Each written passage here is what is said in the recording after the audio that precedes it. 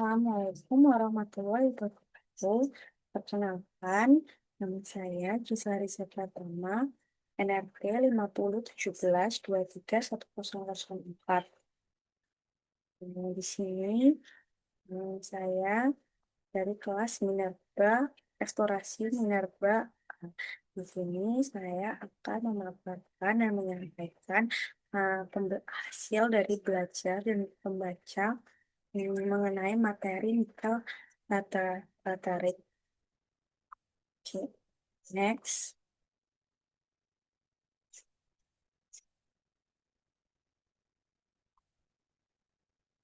Jadi outline yang akan saya sampaikan pada kesempatan kali ini adalah yang pertama, nikel dan kegunaannya.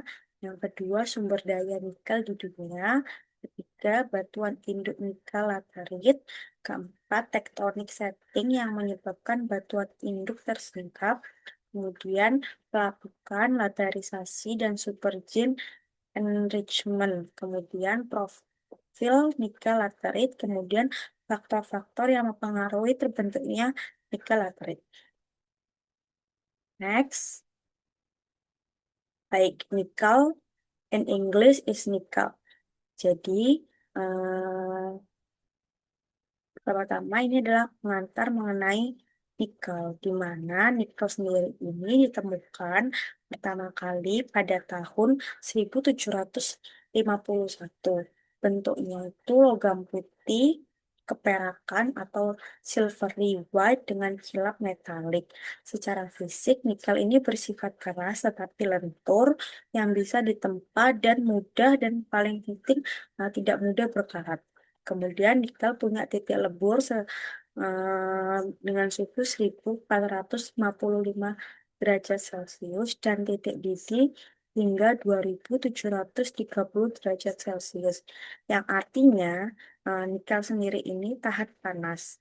Karena itu nikel sering dipakai untuk bahan campuran baja tahan karat atau biasa kita sebut itu stainless steel seperti untuk pembuatan alat elektronik, untuk pembuatan baterai kendaraan, mobil listrik atau motor listrik, kemudian untuk pembuatan turbin. Jadi secara umum itu nikel itu logam strategis yang ekonomis baik dari sisi industri maupun geologi dikarenakan selain jarang nikel ini tuh mempunyai nilai ekonomi yang tinggi. Nah, jadi ini bisa digunakan untuk stainless steel, kemudian plating or coating untuk baterai, dan lain sebagainya. Next, jadi sumber daya nikel. Ini adalah presentase kegunaan nikel dalam kehidupan sehari-hari. Nah, jadi ini tuh sumber daya nikel yang ada di dunia. Jadi ini tuh persebarannya. Jadi hmm, menurut data dari USGS 2019 dan International Nickel Study Group tahun 2016 tentang cadangan produksi nikel dunia, Indonesia itu menempati peringkat pertama dunia dalam produksi nikel, yaitu sekitar 800 ribu ton, yang datanya ini diambil pada tahun 2019. Negara lain seperti negara tetangga, Filipina, kemudian Australia, Rusia, dan Kanada ini juga punya cadangan yang besar, tetapi produksinya itu masih di bawah dari angka produksi kita. Global, jadi secara global, total cadangan nikel kita itu sekitar 89 juta ton. Dan di Indonesia punya 21 juta ton diantaranya. Jadi, secara geologi nikel itu berada di wilayah seperti Sulawesi, Maluku, dan Papua yang memiliki banyak batuan ultramafic yang saat batuan ultramafic ini lapuk akan membentuk nikel laterit. Makanya hal tersebut yang menyebabkan mengapa Indonesia itu menjadi pusat tambang nikel yang terbesar di dunia.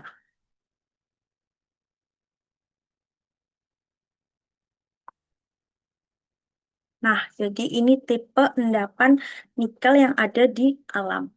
Yang pertama itu ada tipe endapan nikel sulfida, di mana ya, ini adalah endapan nikel premier yang terbentuknya itu karena aktivitas hidrotermal yang berada di bawah permukaan. Jadi mineral utamanya adalah pentladit Fe9S8. Kemudian tipe endapan yang lainnya itu tipe endapan nikel laterit. Jadi terbentuknya di permukaan bumi karena adanya pelapukan batuan ultrabasa. Eh, unsur nikel unsur dari nikel ini kemudian terakumulasi di tanah, kemudian menjadikan hasil pelapukan ini menjadi endapan sekunder. Baik.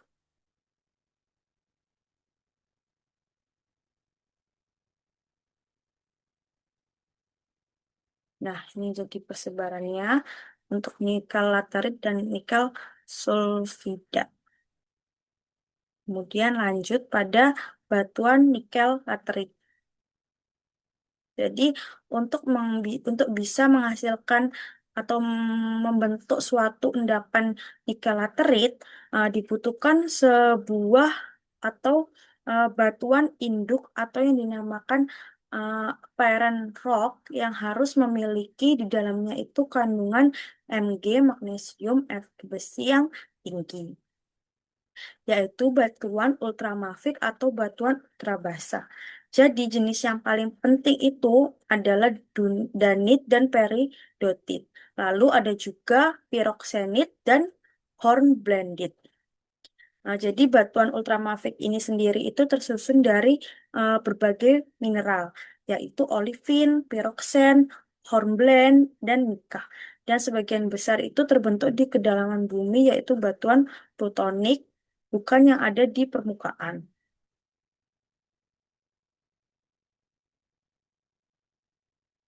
Dah, ya untuk selanjutnya adalah batuan ultramafik. Jadi nikel dalam batuan ultramafik ini biasanya itu tidak yang tersingkap tapi tersembunyi di dalam mineral mafik, terutama itu pada olivin yang kemudian diikuti itu oleh ortoproksen dan klinoproksen. Jadi rata-rata olivin itu bisa mengandung sekitar 0,4% hingga 0,5%. Nah, jadi kenapa bisa olivin menyimpan nikel itu karena ion-ionnya itu bisa menggantikan Mg2+ di struktur kristalnya. Jadi semakin banyak olivin di batuan, biasanya itu potensi kandungan nikelnya itu juga akan semakin banyak. Jadi waktu batuannya lapuk, Ni ini yang bakal terkonsentrasi menjadi nikel baterai. Gitu. Nah, ini batuan ultramafik.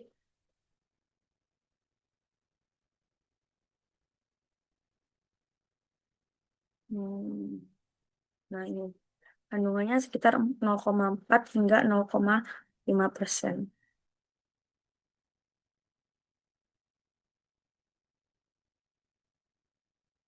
Kemudian serpentinisasi pada batuan ultramafik. Jadi ketika batuan ultramafik ini terkena perubahan suhu, terkena perubahan tekanan atau pressure atau fluida panas, misalnya akibat adanya intruksi mama ataupun sesar, batuannya itu bisa berubah jadi serpentinit, di mana batuan ini terdiri dari mineral serpentin group seperti antigorit, krisotil, dan lizardit. Jadi prosesnya itu disebut serpentinisasi. Nah, kemudian serpentinisasi itu reaksi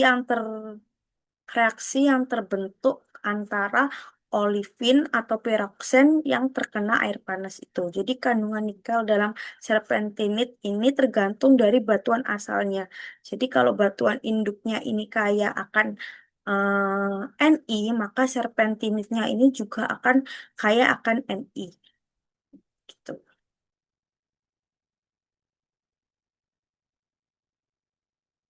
Nah, ini. di tempat letaknya batuan ultramafik terbentuk. Kemudian tektonik setting dan proses perubahan. Jadi ini adalah proses of change atau proses perubahan di mana ketika batuan ultramafik itu awalnya berasal dari kerak samudra, tapi kemudian muncul di daratan itu karena adanya proses abduksi tektonik yang dimana saat itu kerak samudra akan terdorong naik ke atas yang kemudian ke atas yang kemudian akan mendorong kerak kerak benua. Contohnya seperti pada Pulau Sulawesi dan Pulau Papua, di mana pada Pulau Sulawesi dan Pulau Papua ini banyak ditemukan batuan ultramafik yang tersingkap, jadi tidak di dalam permukaan, tidak di dalam tidak di bawah permukaan, tapi tersingkap di permukaan karena proses dari abduksi tektonik ini. Jadi proses dari perubahannya itu yang pertama adalah melting takes place at very high temperature, di mana hal ini tuh dikarenakan perubahan yang diakibatkan karena adanya suhu yang tinggi. Kemudian metamorfisme yaitu akibat tekanan dan suhu yang tinggi yaitu high temperature pressure addition of chemical atau eh, temperatur yang tinggi, kemudian tekanan, kemudian kimiawi. Jadi efek atau proses kimiawi. Kemudian yang ketiga adalah hydrothermal alteration through fluids at high temperature. Jadi reaksi dengan fluida panas atau hidrotermal itu sendiri. Kemudian pelapukan atau weathering yaitu at ordinary temperature and pressure. Jadi reaksi kimia yang ada di permukaan. Antara at ordinary temperature and pressure berarti antara suhu dan tekanan juga. Nah, kemudian pelapukan atau weathering. Nah, jadi pelapukan itu proses hancurnya suatu batuan baik secara fisik dan kimiawinya. Nah, kemudian pelapukan sendiri itu terbagi menjadi dua, yaitu pelapukan fisika dan pelapukan kimia, di mana pelapukan fisika ini bisa disebabkan oleh berbagai macam, yaitu karena angin, air, suhu, ataupun makhluk hidup. Kemudian apabila pelapukan kimia ini dapat disebabkan karena reaksi dari air, oksigen, CO2, dan asam organik. Kemudian, next. Nah, ini pelapukan. Contohnya adalah seperti ini. Jadi batuan ini karena mengalami pelapukan, makanya bisa hancur seperti ini. Karena bisa terkena karena air, karena suhu yang tinggi, atau karena reaksi kimia, dan lain sebagainya. Nah, ini pelapukan kimia. Jadi pelapukan kimia itu melibatkan 4 proses, di antaranya itu yang pertama adalah hidrolisis, di mana air asam ini menyerang mineral, jadi yang membuat struktur kristalnya itu menjadi rusak. Jadi unsur-unsur penyusun mineralnya ini akan terlepas dari ikatannya. Kemudian oksidasi. Oksidasi ini unsur logam seperti Fe atau besi itu berubah jadi oksida atau Fe2O O3. Jadi, kemudian selanjutnya adalah hydration atau hidrasi. Jadi, penambahan ion OH- ke mineral baru. Yang menyebabkan adanya penambahan ion hidroksil pada banyak mineral baru. Kemudian solution atau pelarutan, yaitu unsur yang larut terbawa oleh air tanah. Next. Jadi ini yang selanjutnya adalah mobilitas unsur, di mana mobilitas unsur itu terjadinya itu karena pelapukan kimia diklasifikasikan sebagai berikut. Yang pertama itu sangat mobile. Jadi unsur yang sangat larut adalah Ca, Na, Mg, K, Si itu gampang larut. Kemudian tidak larut atau tidak mobile itu Fe, Al, Cr, Ti, Mn atau tertinggal. Kemudian mobilitas terbatas yaitu Mi, Co, Mn. Larut kalau asam tetapi mengendap apabila perisasi itu proses kimia yang dijelaskan uh, yang akan terjadi pada batuan yang kaya akan ferromagnesium seperti batuan ultrabasa. Maka akan terjadi proses laterisasi dan proses supergene enrichment, di mana pada proses laterisasi ini terjadi saat batuan ultramafic terpapar air hujan yang asam. Langkah-langkahnya itu akan meliputi sebagai berikut. Jadi yang pertama adalah hidrolisis.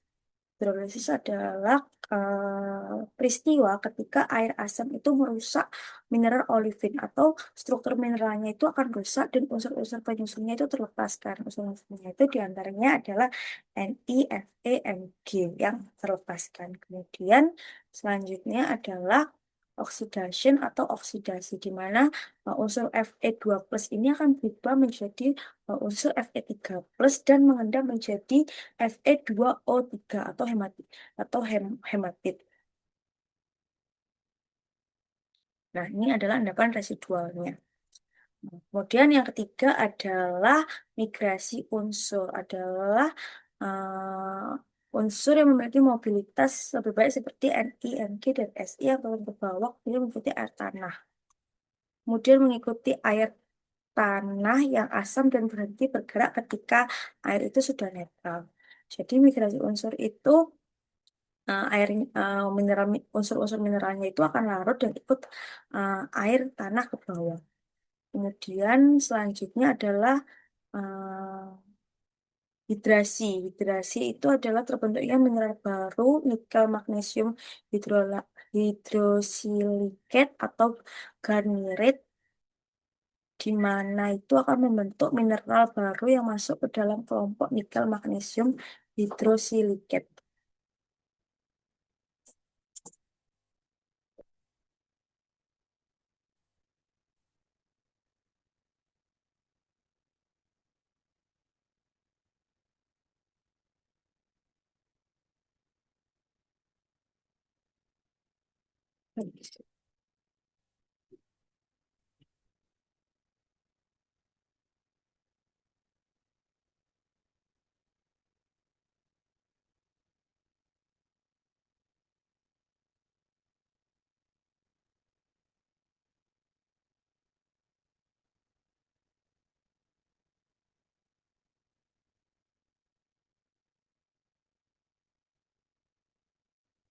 Oke, lanjut.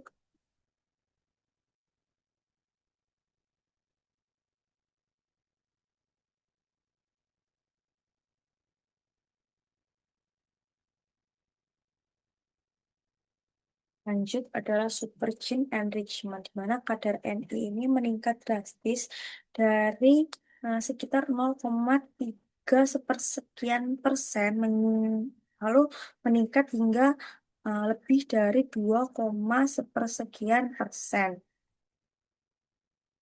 Kemudian selanjutnya adalah solution, di mana solution ini unsur Mg dan St yang tidak sempat membentuk Ni, Mg, terus silikat dan akan terus larut ke dalam air dan terbawa oleh air tanah ke tempat yang lebih jauh. Oke, lanjut. Sekarang adalah nikel magnesium hidrosilikat, di mana mineral pembawa nikel utama di endapan laterit adalah garnierite.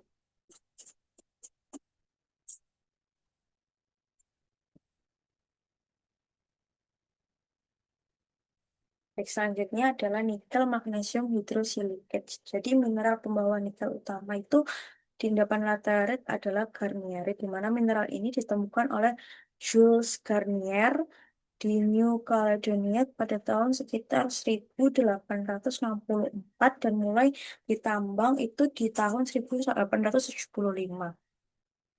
Kemudian garnierite ini terbentuk dari kombinasi unsur Ni dan Mg yang terikat dalam rantai silikat yang mengandung air atau hydrated silicate. So, warnanya ini khas seperti warna hijau muda sampai hijau yang agak kebiruan, dimana biasanya itu muncul sebagai urat-urat pada batuan saprolit. Jadi kehadiran garnierite ini di lapangan jadi indikator kuat bahwa zona itu adalah zona dengan kaya nikel. Nah, ini jadi batuannya itu seperti ini warnanya, hijau kebiru-biruan. Kemudian profil nikel laterit, di mana secara umum profil nikel laterit ini dibagi menjadi tiga zona utama dari atas hingga ke bawah. Yang pertama adalah zona limonit, yang kedua adalah zona saprolit, dan yang ketiga bedrock. Di mana pada zona limonit ini adalah pada bagian atas sendiri, di mana zona ini tuh zona dengan kaya Fe, yaitu yang terdiri dari red limonite yang mengandung hematit warna merah tua dan yellow limonite yang mengandung geotit warna kuning hingga ke orange. Lalu pada zona yang berada di tengahnya itu adalah zona saprolit di mana kaya akan kandungan Ni dan Mg yaitu earthly saprolit yaitu pelapukan lanjut dengan boulder itu kurang dari 10%, kemudian rocky saprolit dengan pelapukan menengah, bouldernya itu 10 hingga 50%, kemudian saprolit rock itu pelapukan awal banyak urat garnierit di atasnya yaitu boulder lebih dari 50%. Kemudian selanjutnya yang paling bawah adalah pada zona bedrock batuan dasar ultramafik yang belum lapuk, jadi belum mengalami pelapukan dan belum ada nikel lateralitnya di situ. Kemudian zona saprolit inilah target utama dari tambang nikel. Karena disinilah kadar N itu paling tinggi sekitar 1,5 hingga 2,5%. Sedangkan pada zona limonit kaya akan Fe tapi kadar Ni-nya itu rendah. Nah, nih jadi yang paling atas adalah limonit, yang kedua adalah saprolitnya ini, dan yang ketiga adalah ultramafiknya itu bedrock. Gitu. Lanjut.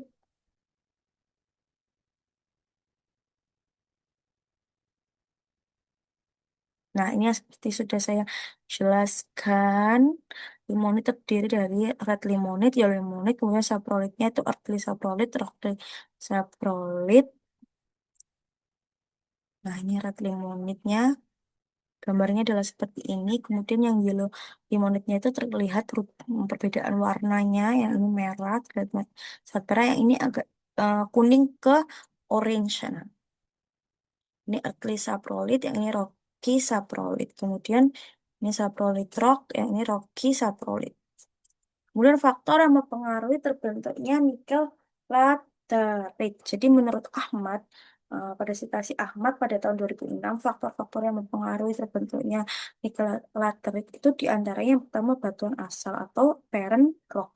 Jadi harus batuan ultramafic dengan memiliki unsur yang kaya akan Mg, magnesium, dan Fe yaitu besi, dan banyak mineral yang tidak stabil yaitu olivin dan piroxen. Kemudian pH-nya itu kondisi asam atau basa di mana pada air asam itu mempercepat pelapukan mineral Ni, Mg, dan Si. Jadi di daerah tropis seperti Indonesia ini pH rendah itu bisa eh, karena hujan asam, yaitu dari vegetasi atau petir. Kemudian pada kondisi reduksi oksidasi pada lingkungan oksidatif itu penting untuk pembuatan lateritnya itu. Kemudian di bawah water table biasanya kondisi reduksi ini jadi menyebabkan Ni-nya itu lebih bergerak di bawahnya. Kemudian rekahan atau fracture, di mana retakan itu mempercepat reaksi pelapukan karena air itu bisa masuk lebih dalam. Kemudian iklim yaitu suhu dan cuaca hujan. Jadi suhu dan curah hujan curah hujan yang tinggi itu mempercepat proses pelapukan. Menurut hukum Van 't Hoff, setiap kenaikan 10 derajat Celcius itu bisa melipat gandakan kecepatan reaksi hingga 2 sampai 3 kali lebih cepat. Kemudian topografi vegetasi, lereng yang curam, airnya itu jadi cepat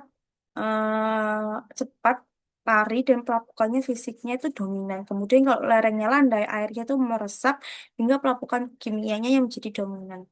Nah, dan yang terakhir adalah waktu di mana proses laterisasi ini butuh waktu yang panjang, bisa sampai jutaan tahun lamanya, bukan hanya sekedar harian, bulanan, ataupun tahunan. Baik, Assalamualaikum warahmatullahi wabarakatuh. Perkenalkan, nama saya Gisa Riza Pratama, NRP 5017231004. Di sini saya akan menjelaskan dan memaparkan kembali mengenai eh, materi nikel laterit yang telah saya baca dan saya pelajari. Baik, pada metode eksplorasi endapan nikel laterit. Next.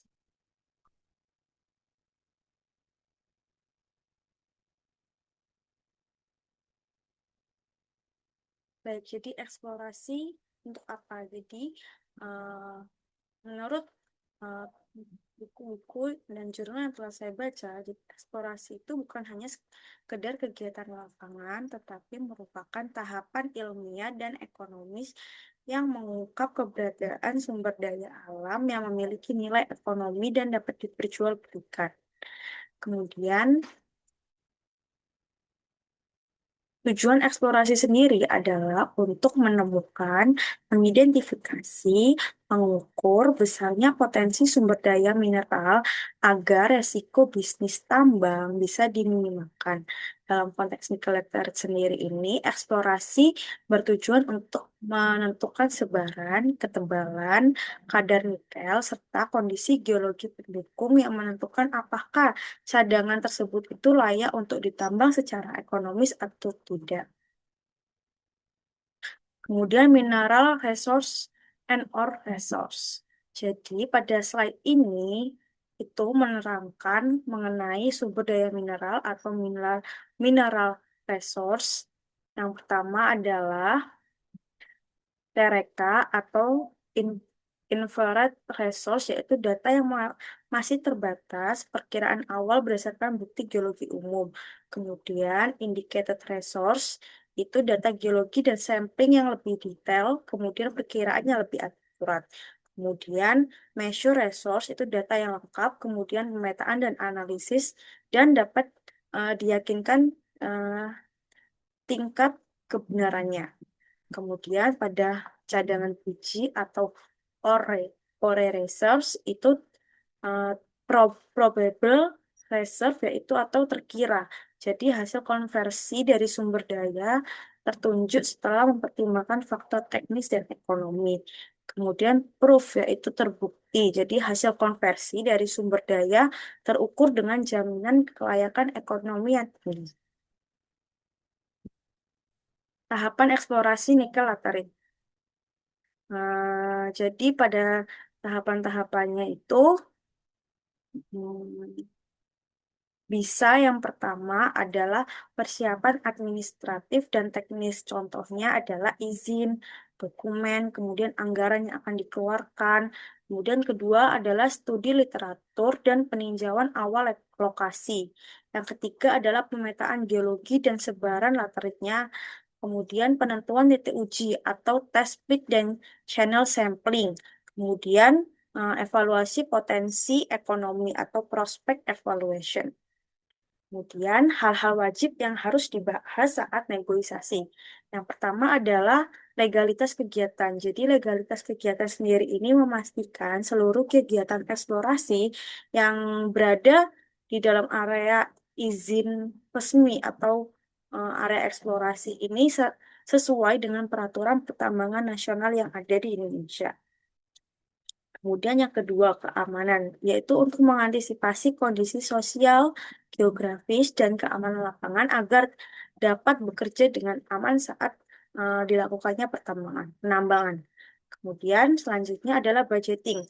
Budgeting ini yaitu menyusun anggaran eksplorasi yang realistis untuk dapat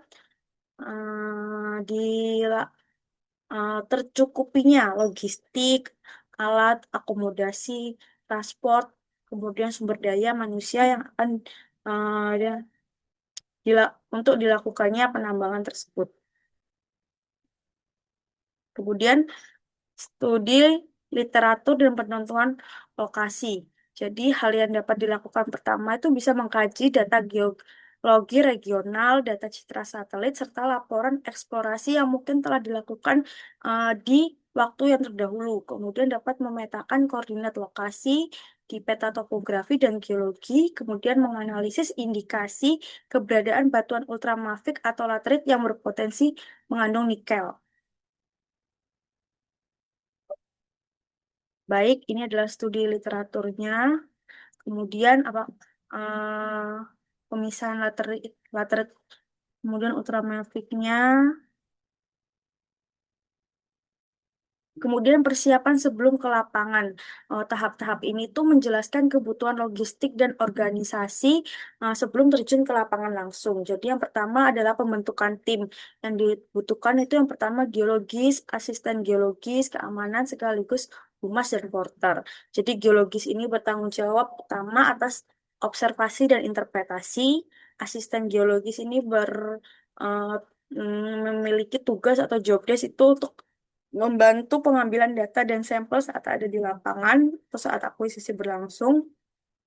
Kemudian keamanan atau humas ini menjaga komunikasi dengan masyarakat sekitar. Jadi untuk agar tidak terjadi perdebatan atau masalah di kedepannya, jadi humas ini sangat penting untuk mengkomunikasikan bahwa ini tuh terjadi bagaimana apa dan untuk meyakinkan bahwa tidak akan ada kerugian yang dialami oleh masyarakat sekitar akibat dilakukannya penambangan ini. Kemudian dokumen penting. Jadi surat-surat izin dari perusahaan memegang IUP eksplorasi, kemudian identitas diri. Kemudian peralatan geologi, GPS, kompas geologi, palu geologi, loop, meteran roll, plastik sampel, batuan, buku catatan lapangan, kamera. Kemudian set peta, jadi peta topografi, peta RBI, peta citra satelit, peta DEM, geologi regional, dan analisis kelerengan. Kemudian transportasi dan akomodasi serta konsumsi atau bisa disebut kayak logistik. Ini tuh disesuaikan sama budgeting eksplorasi yang akan dilakukan atau namanya dilakukan situasi dan kondisi di lapangan juga mengikuti. Kemudian geological mapping, pemetaan sebaran laterit. Jadi setelah semua persiapan yang sebelumnya pada saat sebelumnya ini telah selesai dilakukan, tahap utama eksplorasi dimulai yaitu pemetaan geologi atau geological mapping, yaitu tujuannya untuk mengidentifikasi dan mendokumentasikan sebaran batuan ultramafic sebagai bentuk batuan induk nikel laterit. Jadi langkah-langkahnya itu meliputi mengamati geomorfologi, stratigrafi, kemudian struktur geologi seperti lipatan, sesar, kekar. Kemudian menentukan batas satuan batuan dan jenis laterit berdasarkan tekstur, warna, kemudian kandungan mineral atau komposisi mineral, kemudian menggunakan standar pemetaan lapangan sesuai SOP eksplorasi geologi. Kemudian pemetaan laterit.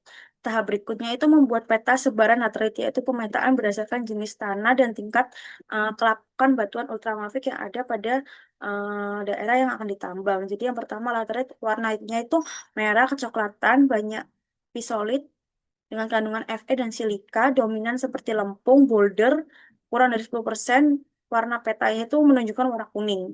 Kemudian regolith warna merah kecoklatan, isolit Fe dan silika, boulder 10-50%. Warna petanya itu nanti hijau.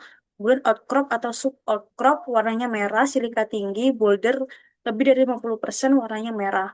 Kemudian brown soil, tanah non ultramafic, sedimen atau aluvial. Warnanya itu nanti adalah coklat keabu-abuan, warna pada peta abu-abu.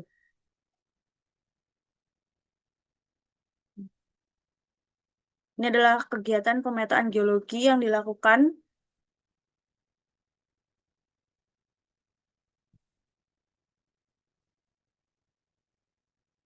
Kemudian didapatkan sebaran batuan dan lakukan dipisahkan batuan ultramafiknya.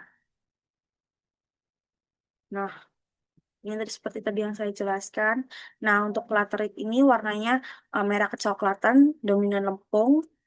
Regolith ini warnanya merah kecoklatan juga, terdapat kandungan si pisolid dan Fe, silika. Kemudian